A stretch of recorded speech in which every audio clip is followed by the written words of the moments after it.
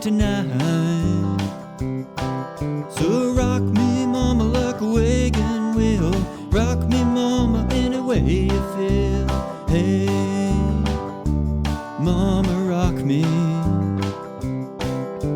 Rock me, mama, like the wind and the rain. Rock me, mama, like a southbound train. Hey, mama, rock me. Running from the cold up in New England, I was born to be a...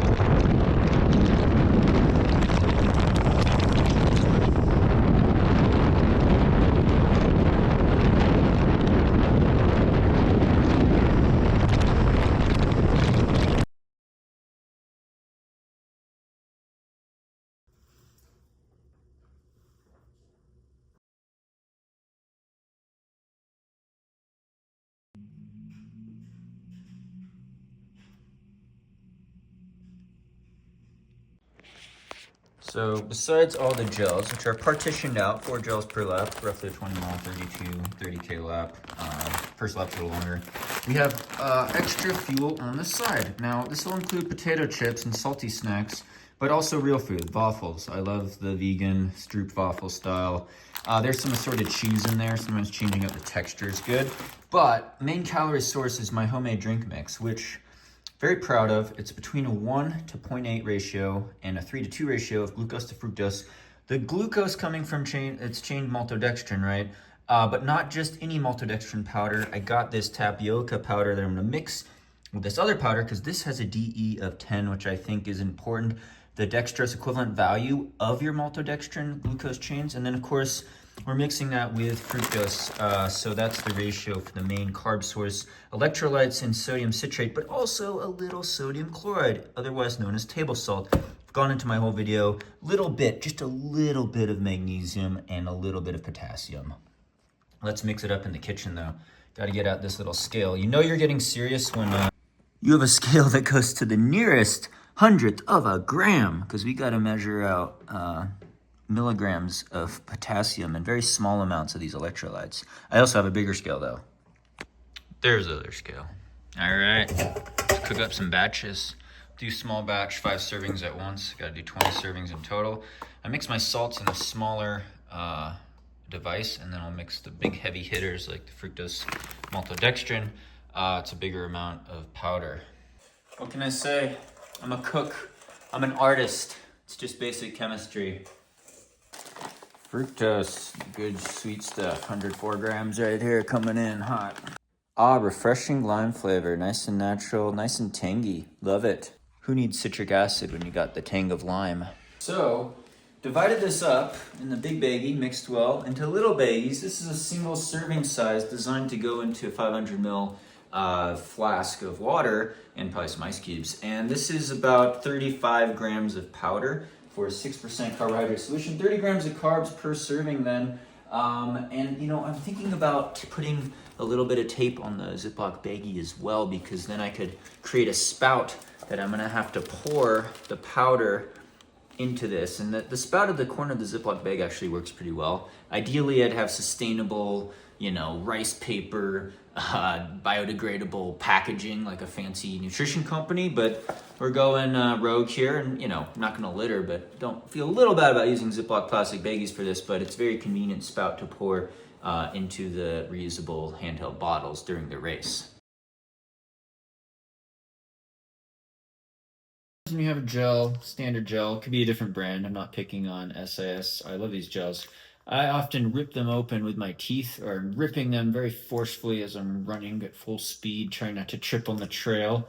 And this little tab on top, it rips. And if it rips off all the way, you've got an extra piece of garbage that you have to worry about dropping or stuffing into your belt or your pocket, or getting, you know, it's 2 pieces of garbage versus 1, versus if you're able to rip it tenderly and gingerly so it's hanging on like a hanging chat or something, right?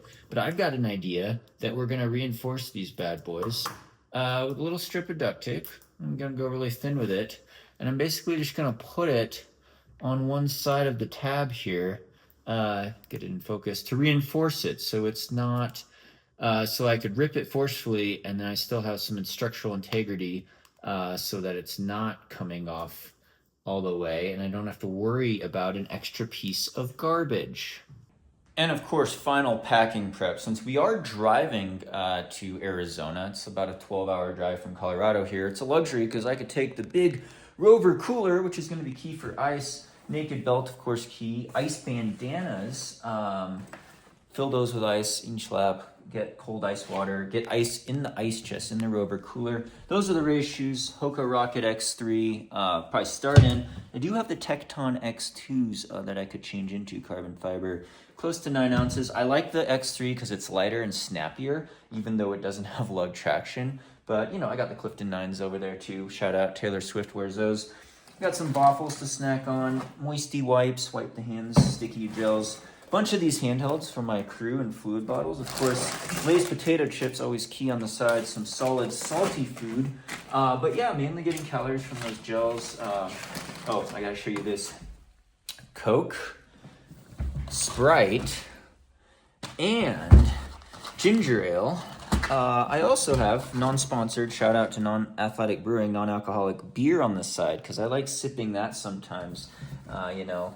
And yeah, got my Hoka shades, so be a hot day out there in the desert. Got some stuff for my parents as well as some sun hats. Maybe I'll film them with ice, maybe I won't. Maybe I'll wear the bucket hat. I don't know. All right, as one of my high school teammates once used to say, prepare for ultimate pain.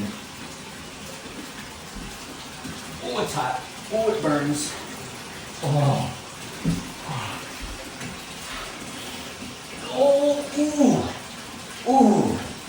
Give me shorts on. A little extra layer of insulation there for the sensitive parts.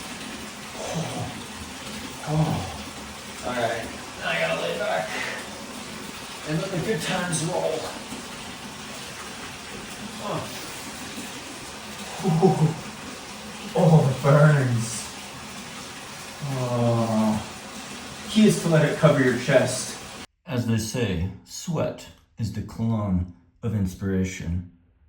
Or perspiration's the cologne of champions? What did I say? So yeah, that on my upper thighs, that's sweat beating up. I didn't dip my legs in the water because I'm trying to keep my chest as submerged as possible. But yeah, as you can see, definitely working up a sweat on the forehead thanks to the hat. Shout out to Hoka, sponsor plug. And yeah, pulse is in the high 70s. It's not cracking 80 like it did the other day, so maybe I'm adapting a little bit, but I figure I'll suffer for 15, 16 minutes. It's the week of the race. I'm tapering anyway. It's been so cold and windy in Colorado. We've already had snowfall. Just trying to bundle up with extra layers on some runs. I don't go crazy and go all marshmallow man. When I was training for Honolulu Marathon a couple years ago in December, I had that space heater out in the garage because our garage isn't insulated, and I'd wear extra puffy jackets and layers and have the space heater radiating down on me. But of course, Honolulu was quite humid. Javelina, it's looking to be maybe high 80s. Maybe it'll hit 90. Who knows what the long range weather forecast is, but I'll put that in Celsius there. Definitely you're exposed in the sun though. There's like maybe a couple cacti for shade on the course. You're out in the desert. I've actually worked the first aid station outside of the start finish area a long time ago. Hoka was sponsoring the race and they flew me out with a volunteer opportunity, and me and Tim Tollefson, who was a Hoka athlete back then, worked a night shift, I think past midnight, at that aid station going into the first night there. So a lot of runners coming through, and great to give back and support the community and kind of see the terrain. At least I saw the first 4 or 5 miles of the course, so I kind of know the lay of the land.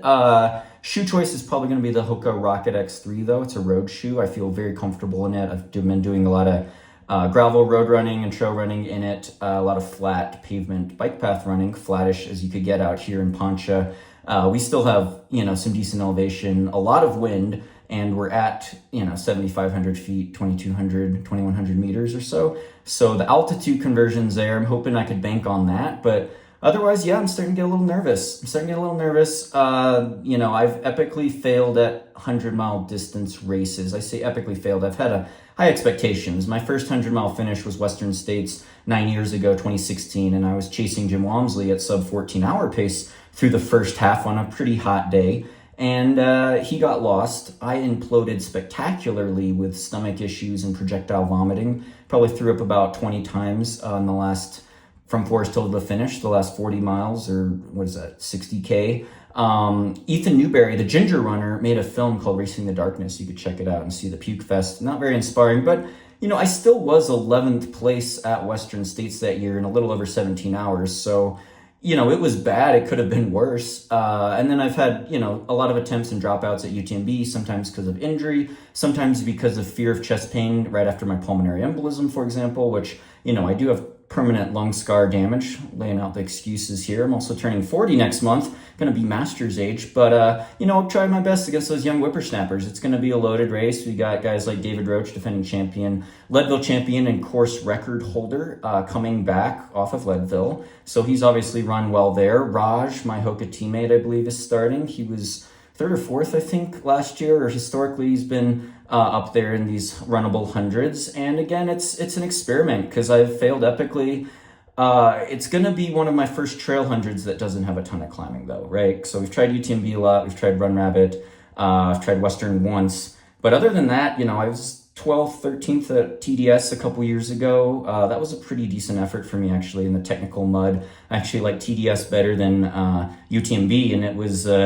I'm going to count it as 100. It was a little short of 100 miles. It was like 94 miles or something that year, rerouted because of the cold weather conditions. But, I was able to close hard in that one for the first time in that kind of 20-plus hour distance race or duration race. And, that gives me some confidence. I've been ramping up the long runs. Like I said, I did the 40-mile long run. You could see the STRAVA stats there.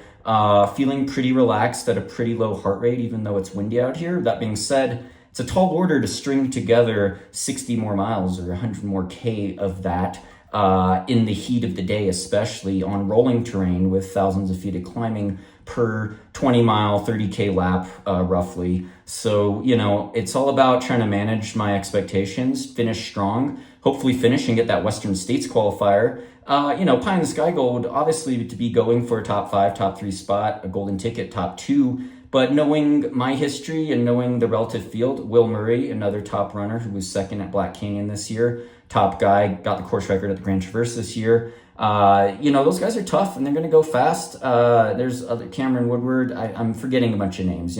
It's a tall order. I'll roughly go by pace and relative time splits and my effort mainly though, and run my own race. Low 13 hours would be a huge PR, obviously. 13:20 is like 8-minute mile pace, maybe a little slower. You have to go sub 8-minute mile pace. I'll put that as like 5-minute kilometer pace on average. But you have to remember that includes stopping at the aid stations, fueling up, and any bathroom breaks or mishaps, shoe changes, stuff like that. So it's a tall order. It's a pie in the sky goal, but I'm going to go for it. I'm not afraid. I am afraid. I'm scared shitless, but I put myself out there in transparency when I go after a goal, whether it was 8 years ago going after Olympic trials qualifying standard again, or trying to be top 20 at Boston or something like that, or trying to place or finish well at UTMB. I try to be transparent and honest, and hopefully it helps and maybe inspires some of you out there that have faced real life adversity or got into the sport later and just trying to get out there and feel like you're in control and that you've executed a good training plan and a good race strategy on the day, because that's a tall order I've learned in these longer ultras. And obviously I learned a lot at the flat 24-hour loop event races, which I think are also still in a different category, but also quite hard and something I dropped out in early, obviously. So I toe the starting line every time. There is quite a bit of pressure. I feel like my career's on the line, especially at this stage in the game, being older, being with Hoka for a long time. There's a lot of pressure, there's a lot of expectation, and I'm just going to try my best out there. If you're out there and you have a phone or you're filming or watching, if you could get a film clip of me running by or running past, that'd be awesome. I know my parents and Sandy are going to be really busy crewing. I know there's a live stream, but I'm not sure if I'll be up in the mix to be on that much. They get excellent drone shots. Mountain Outpost, I believe, gets the live coverage. Amazing support their efforts there in media. But yeah, I'll give you credit if you tweet at me or on X, or, you know, I don't always see all the messages on Instagram. So you maybe have to tag me on an Instagram video or some way I could download it and give you credit. I will. So any clips I could get during the race would be awesome. Thank you so much. If you're there, be sure to say hi. I got, how long have I been in here? Over my time limit. I'm not sure. Oh, my pulse is 89 now. That's the effort it takes for me to talk now. I've noticed after my pulmonary embolism, it's harder to talk and run easy, or even talk and walk and sing. It's really weird. So I'm sorry if I botched a wagon wheel there at the intro, but I digress. Hope you're doing well. Good luck with your training. Let me know if you're going to be at the New York City Marathon. I'm going to be there watching. So any service, any distance, you know me. I love coaching it all. I love watching it. I love participating in it. And I've had the good fortune of experiencing a lot. Thanks to title sponsor Hoka, the Patreon supporters of this YouTube channel, as well as we'll sponsor, Koros, a longtime sponsor, Compressed Sport. And yeah, hope you're healthy going in. Hope your training's going well, your running's going well. Thanks again for watching this video. All the support and thumbs up and likes and subscriptions really help me out a lot. So again, check out our training plans at highrounning.com. Final business plug. Hope you're doing well, and stay tuned for more via 2Max Productions. Oh, it's hot. I gotta get out of here.